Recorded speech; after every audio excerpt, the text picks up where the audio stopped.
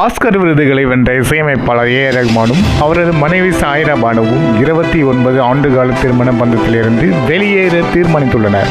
இது தொடர்பாக தம்பதியர் சார்பில் வழக்கறிஞர் மூலம் நவம்பர் 19 அன்று அறிக்கை ஒன்றை வெளியிட்டுள்ளது.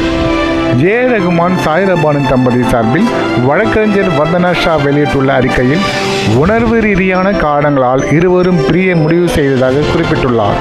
திருமணமாகி பல ஆண்டுகளுக்கு பிறகு சாய்ராவும் அவரது கணவர் ஏ ரகுமானும் பிரிவது என்ற கடினமான முடிவை எடுத்திருக்கிறார்கள்.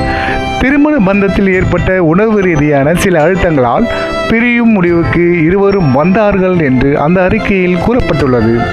ஒருவரை ஒருவர் ஆழமாக நேசித்தாலும் இருவரின் பந்தத்தில் ஒருவித அழுத்தம் இருந்தது. இருவருக்கும் நடுவே இட்டு நிரப்ப முடியாத அளவுக்கு இடைவெளி ஏற்பட்டுள்ளது. இருவராலும் அந்த இடைவெளியை குறைக்க முடியவில்லை என்று வந்தனா ஷா குறிப்பிட்டுள்ளார்.